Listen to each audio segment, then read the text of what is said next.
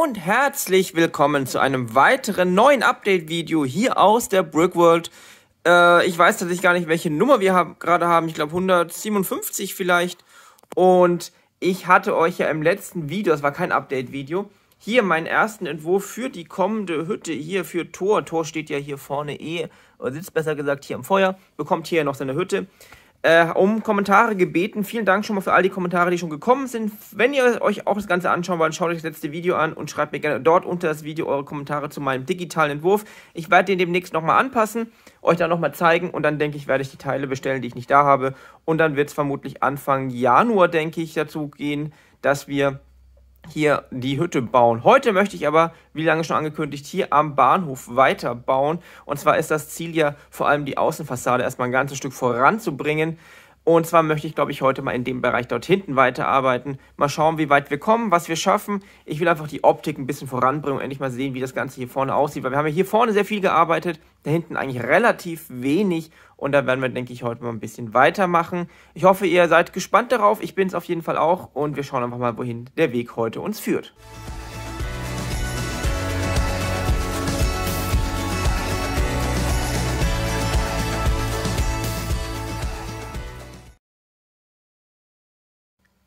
Noch eine kleine Sache, bevor es jetzt richtig losgeht. Und zwar habe ich ja das letzte Mal im letzten Update-Video rund um den Bahnhof hier unten diese Fenster- und Türrahmen in dem Dark Bluish Grey gehabt, dass wir auch zum Beispiel da unten sehen in dem kleinen Laden, der noch nicht genau definiert ist, aber auch da vorne oder auch hier oben in der Lounge. Habe euch gefragt, ob es nicht besser wäre, die auch in weiß zu machen, wie halt alle Geschäfte sind. Und es kamen ein paar Antworten, es war ein bisschen gemischt, wobei die weiße Farbe präferiert wurde, sage ich mal. Und ich habe es einfach mal in weiß ausgetauscht, da ich jetzt auch endlich mal meine neuen weißen Rahmen bekommen habe. Und ich finde auch, dass es besser aussieht, weil es eben auch besser, Entschuldigung, ich habe ein bisschen Schluck auf, ein bisschen besser passt zu dem, was ja auch die anderen Läden ausmacht. Wir haben hier überall die weiße Farbe genutzt und es sieht auf jeden Fall besser aus, meiner Meinung nach. Und ich werde es eigentlich auch so lassen. Jetzt aber geht es da drüben weiter und wir schauen einfach mal, wie es heute weitergeht. Wie angekündigt, habe ich mich jetzt darum gekümmert, dass ich jetzt hier anfange, den oberen Teil der Front anzufangen. Dazu musste ich tatsächlich erstmal ein bisschen rückbauen, denn ich hatte ursprünglich hier noch ein bisschen eine andere Konstellation gehabt beim Bau, bis sich dann hier beim Bau hier drüben entschieden hat, wie das Ganze genau werden soll. Das heißt, ich musste ungefähr bis hier runter zurückbauen, wodurch mir auch die ganzen Fenster entgegengekommen sind, was natürlich auch wieder Zeit gekostet hat, weil eben die Fixierung der Fenster, die sind relativ lose hier drin, das seht ihr, es wackelt ganz schön, die sind nur oben und unten fixiert, in der Mitte nicht, weil wir hier diese Jumper Plates haben, die hier, um eben die Fenster so halb in der Wand zu haben, so halb versetzt. Aber das Ganze hat jetzt soweit funktioniert. Ich habe jetzt hier oben die nächste Reihe an Tannenplates und Jumper Plates drauf gebaut, damit wir jetzt hier die Fenster aufbauen können, so wie es eben auch hier drüben aussieht, entsprechend. Und das hier ist dann wieder die Auflagefläche später mal für die für das Element, das hier reinkommt, um eben den Boden bzw. die Decke für die untere Etage zu bilden. Und wir werden jetzt hier die Fenster aufbauen und werden heute auf jeden Fall bis auf diese Höhe hochbauen. Das kostet wieder Zeit und Steine. Aber grundsätzlich habe ich jetzt vor, in den nächsten Videos ein ganzes Stück am Bahnhof voranzukommen und ich hoffe, ihr seid da gerne dabei und wir schauen uns das Ganze dann gleich an, wenn ich ein bisschen weiter gebaut habe.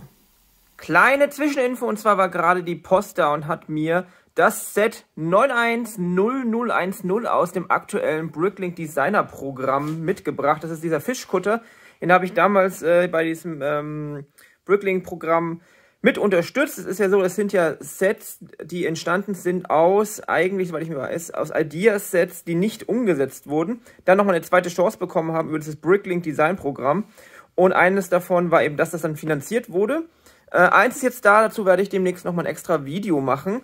Und ja, ich bin auf jeden Fall gespannt. Es wird jetzt nicht unbedingt hier im Fluss reinpassen, aufgrund der Brückenhöhe, aber in der Stadterweiterung werden wir ja auch irgendwann einen Hafen bauen und weitere Wasserflächen. Und da denke ich, wird es einen ganz guten Platz haben. Ich finde auch das Größenverhältnis zu den Lego-Minifiguren super und ich dachte, das ist eine super Ergänzung zur Brickworld. Aber jetzt erstmal zurück zum Bahnhof. So, wenn wir uns das Ganze jetzt mal von hier vorne betrachten, dann sehen wir, dass sich da hinten doch schon einiges getan hat. Und zwar ist ja der untere Teil bis auf diese Höhe ungefähr jetzt soweit fertig, bis auf die Außenfließung, die kommt gleich als nächstes dran. Ich zoome mal ein bisschen ran, damit ihr es besser seht. Und es macht auf jeden Fall jetzt schon mal einen riesen Unterschied, wenn man jetzt hier von hier schaut und dahinter jetzt nicht mehr dieses Loch in der Wand ist, sondern hier hinter dem Turm direkt die ganze Wand vom Bahnhof hochgeht. Wir müssen vor allem beachten, es wird im neuen Layout ja so sein, dass hier zwischen Stadtmauer und Bahnhof nochmal eine 32er Plate Platz reinkommen wird. Also das Ganze wird hier rübergeschoben, hier noch ein bisschen mehr Platz, damit das Ganze nicht mehr so nah zusammensteht. War ja ein Punkt, der von euch sehr oft angesprochen wurde. Und das werden wir angehen, wenn dann das neue Layout kommt. Von hinten sieht das Ganze so aus. Übrigens nicht wundern, wie hier so ein riesen Chaos ist. Hier ist mir vor 2-3 Tagen was reingefallen, als ich da hinten vorbeigelaufen bin. Ja, es ist nicht so schlimm, es ist nicht so viel kaputt gegangen. Ich habe es jetzt auch nicht mal aufgebaut, weil ich jetzt hier weiterbaue. Und dann dachte ich, ja, das lasse ich jetzt erstmal und mache das dann, wenn es soweit ist. Ich wollte da noch ein paar andere Steine austauschen. Hat sich in der Hinsicht eigentlich ganz gut gelohnt. Und ich werde es auf jeden Fall hier mal weiterbauen mit dem hier. Und dann schauen wir uns das Ganze gleich nochmal an, wenn die Wand noch weiter nach oben gewachsen ist. Ein weiteres kleines Zwischenupdate, einfach um mal zu zeigen, wie das aussieht, wenn das Ganze hier hochgebaut wird und vor allem wie viele Steine da drin stehen. Um euch mal so einen kleinen Anhaltspunkt zu geben, dieses kleine Stückchen Wand hier, das ungefähr eine 4er Breite hat, bis hier runter. Allein da drin stecken 18 verschiedene Steine, ohne jetzt diese runden Säulen zu nehmen oder auch diese Bögen hier. Also das ist wirklich einiges, was hier drin steckt. Dann könnt ihr euch auch mal ganz grob hochrechnen, wie viele Steine in diesem Stück Mauer stecken. Vor allem, weil ihr müsst ja bedenken, die Mauer ist doppelt. Das heißt, wir haben hier innen die weiße Verkleidung, außen die ganzen anderen Steine. Teilweise auch doppelt, weil wir eben ja das System haben, dass wir hier die Tiles dran bauen.